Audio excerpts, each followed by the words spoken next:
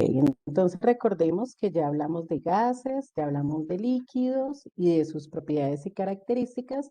Ahora vamos entonces a entrar a revisar el estado sólido. Permítame, vuelvo a darle compartir pantalla porque no lo puse para video. Entonces no van a escuchar. ¿Listo? Entonces muy atentos y no se preocupen que yo pauso el video donde sea para tomar apuntes. El título sí es sólidos o estado sólido, como lo quieran colocar. Entonces atentos por favor con el video. Tras haber estudiado el estado gaseoso, vamos a continuar ahora el estudio de los estados de agregación de la materia con el estado sólido, que como vamos a ver sus características van a ser absolutamente contrarias al estado gaseoso estudiado anteriormente. Como hicimos en el tema anterior, vamos a estudiar las características del estado sólido, que como vamos a ver van a ser totalmente diferentes, totalmente opuestas a las del estado gaseoso. Bien, la primera característica del estado sólido es que es una materia que tiene forma y volumen determinados. La siguiente característica es que los sólidos son incompresibles, es decir, que si aplicamos una presión a un cuerpo sólido, este no va a variar su volumen, a diferencia de lo que ocurría con los gases. También, a diferencia de los gases, los sólidos no son fluidos, es decir, que los átomos y moléculas que constituyen un sólido no va a presentar movimiento relativo. Y por último, comentar que en los sólidos las fuerzas intermoleculares que actúan entre los átomos y las moléculas son intensas. Ello va a implicar, a su vez, unas distancias intermoleculares bastante cortas. Bueno, entonces tenemos en primer lugar las características del estado sólido, así como mencionamos las del estado líquido, entonces tenemos aquí las características principales del estado sólido. Entonces, por favor, tomamos el apunte. Creo que están claramente explicadas. Si algo no se entiende, por favor me dicen. Si hay que aclarar sobre alguna de ellas, me dicen. Pero pues creo que en el video las explicaron claramente, por eso hay que estar atentos. Entonces tomamos este apunte, por favor, y ya seguimos. Bien, existen varios tipos de sólidos y vamos a estudiarlos a continuación uno por uno. El primer tipo de sólido va a ser el sólido amorfo. El sólido amorfo tiene una serie de características que vamos a explicar a continuación. En cuanto a su estructura molecular, los sólidos amorfos presentan una estructura molecular totalmente desordenada. Es decir, las moléculas o átomos que constituyen un sólido amorfo no presentan un patrón estructural determinado. Están de alguna manera distribuidas en el espacio de forma desordenada. Por lo tanto, esto va a implicar que las distancias intermoleculares van a ser variables. Y esto, a su vez, va a implicar que las fuerzas intermoleculares también van a ser variables. Por lo tanto, los puntos de fusión de los sólidos amorfos no van a estar definidos. Si nosotros tomamos un sólido amorfo y lo calentamos, llegará un momento en que conseguiremos vencer algunas, no todas, pero sí algunas fuerzas intermoleculares. Y parte de ese sólido pasará a estado líquido. Pero insisto en que esto no se consigue en un punto exacto de temperatura, sino, digamos, en un rango de temperaturas. Por tanto, si calentamos un sólido amorfo, veremos que se irá deshaciendo poco a poco. Al principio tendrá un aspecto pastoso, viscoso, y ya si seguimos calentando, definitivamente tendríamos la materia en estado líquido. Y por último, una característica muy importante que hay que citar de los sólidos amorfos es que son cuerpos isótropos, es decir, que sus propiedades físicas permanecen constantes en cualquier dirección espacial que las estudiemos. Propiedades físicas entendemos como elasticidad, difracción, maleabilidad, etcétera, etcétera. Bueno, entonces aquí tenemos, ahí, bueno, para nuestros apuntes, tipos de sólidos o clases de sólidos. Básicamente los sólidos se clasifican en dos grupos. El primero de ellos, los que acaban de mencionar, los sólidos amorfos, y la palabra amorfo quiere decir sin forma. Ahora, no es por la forma externa, porque nosotros sabemos que todos los sólidos tienen una forma definida, es por la forma interna. Estamos hablando de sus moléculas, ¿sí? Las moléculas dentro de los sólidos amorfos no tienen una estructura definida, sino que es una estructura desordenada. Ahorita ya lo vamos a ver gráficamente, pero la estructura interna es desordenada, es decir, las moléculas no están organizadas eh, eh, en una determinada estructura, sino que están desordenadas. Las distancias que hay entre una y otra molécula pueden cambiar, ¿sí? Por eso decimos que es una estructura molecular desordenada. Adicional a esto, entonces tenemos que las fuerzas intermoleculares, como están la estructura es desordenada, también la fuerza es variada. Entonces, digamos, entre una molécula y otra puede haber una fuerza mayor y entre otras dos puede haber una fuerza menor. Eso es lo que hace que los puntos de fusión no estén definidos. Toda la molécula no se funde al mismo tiempo, sino que se va fundiendo en un rango de temperaturas. Entonces yo puedo decir en un sólido amorfo que el punto de fusión está entre tal y tal temperatura, por decir algo, entre 76 y 80 grados, porque a los 76 se va a empezar a fundir, pero hasta los 80 termina de fundirse. Entonces tenemos un rango de temperaturas en el punto de fusión y no vamos a tener un punto de fusión exacto como sucede con los otros tipos de sólidos. Y por último, entonces decimos que son cuerpos isótropos, es decir, que las propiedades físicas en cualquier dirección en el que yo las mire van a ser las mismas. Entonces el brillo, entonces, bueno, todas las características específicas de una sustancia en estado sólido, en este caso las propiedades van a ser iguales, ¿sí? Van a ser iguales desde donde yo mire el sólido, por donde yo lo mire. ¿Mm? Lo que no va a suceder con los otros tipos de sólidos. Entonces, por favor, tomamos este apunte de los sólidos amorfos y ya entramos a mirar las características de los otros tipos de sólidos. Solamente son dos tipos de sólidos. Por un lado, estos amorfos y luego vamos a mirar los otros. Entonces, tomamos el apunte, me avisan cuando ya tengan el apunte para continuar. Bien, a continuación, prestad atención a estas dos imágenes. Estas dos imágenes corresponden a sustancias polimorfas, es decir, que pueden tener unas estructuras moleculares diferentes. Ambas estructuras corresponden al dióxido de silicio, cuya fórmula la tenéis aquí, SiO2, dióxido de silicio.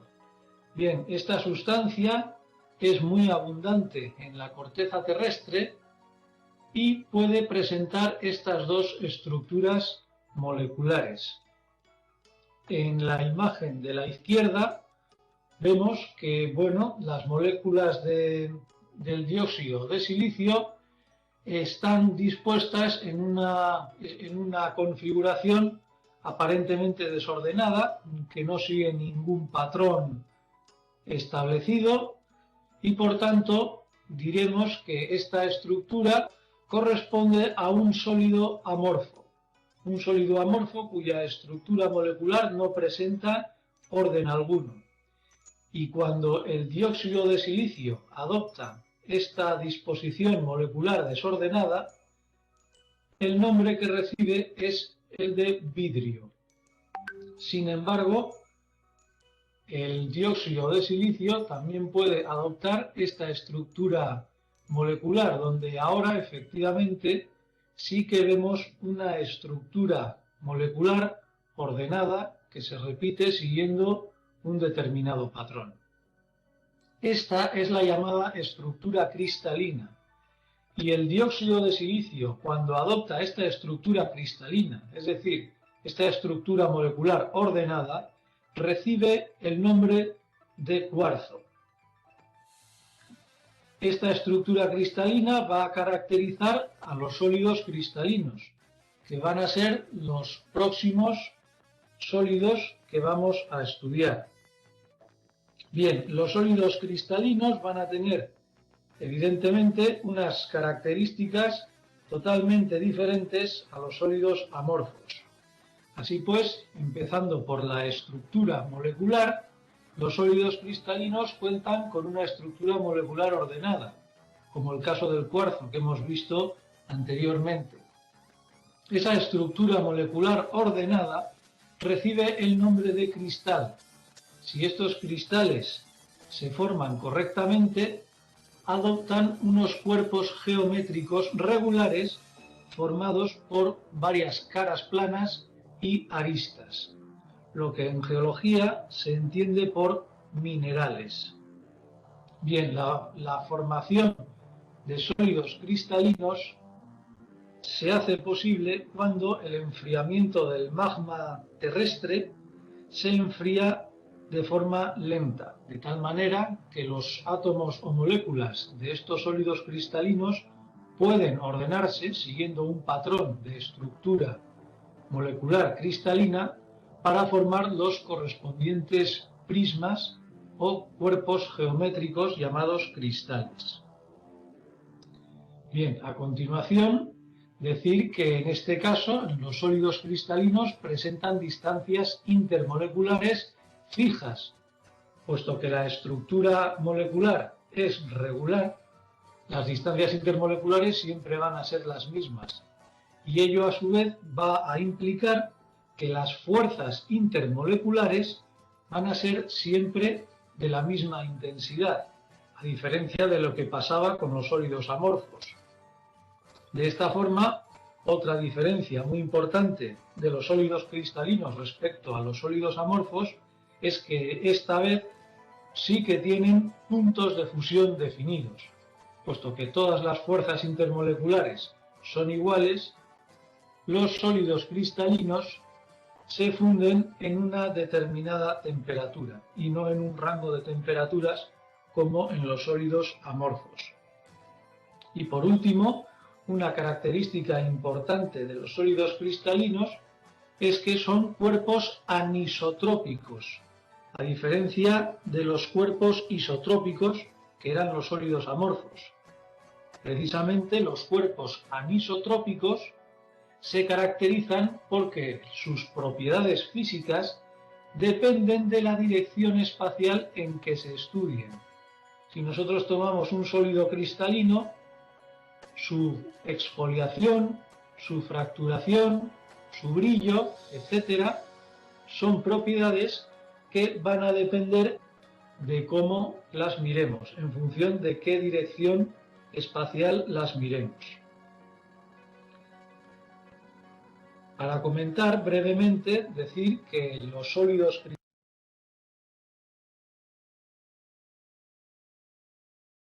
Bueno, entonces aquí tenemos las características de los sólidos cristalinos, que es el segundo tipo de sólido. Entonces fijémonos que son contrarias totalmente a lo que trabajábamos con los sólidos amorfos.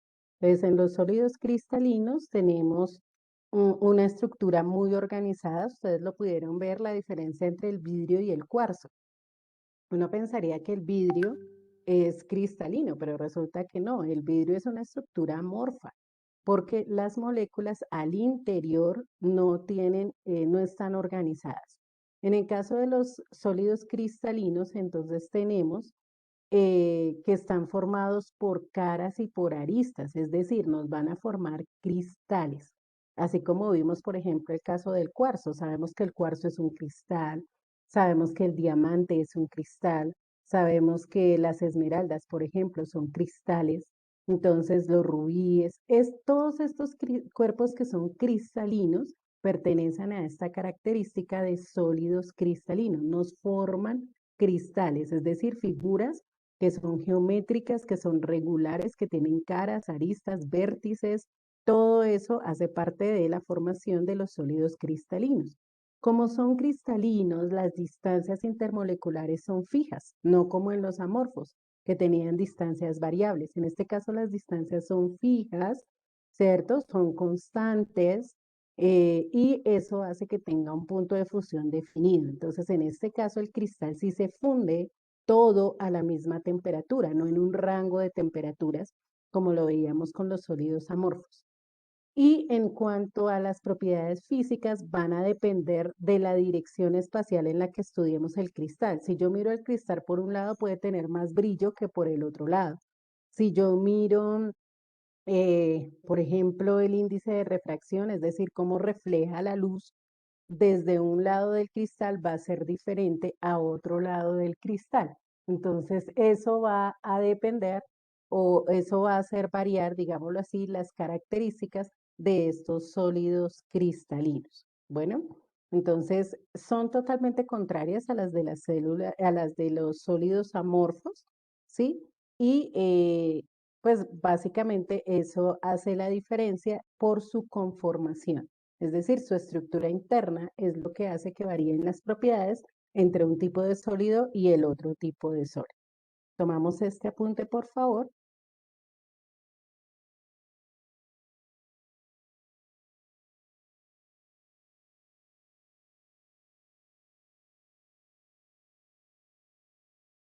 Propiedades físicas dependen de la dirección espacial en que se estudien, si nosotros espacial las miremos.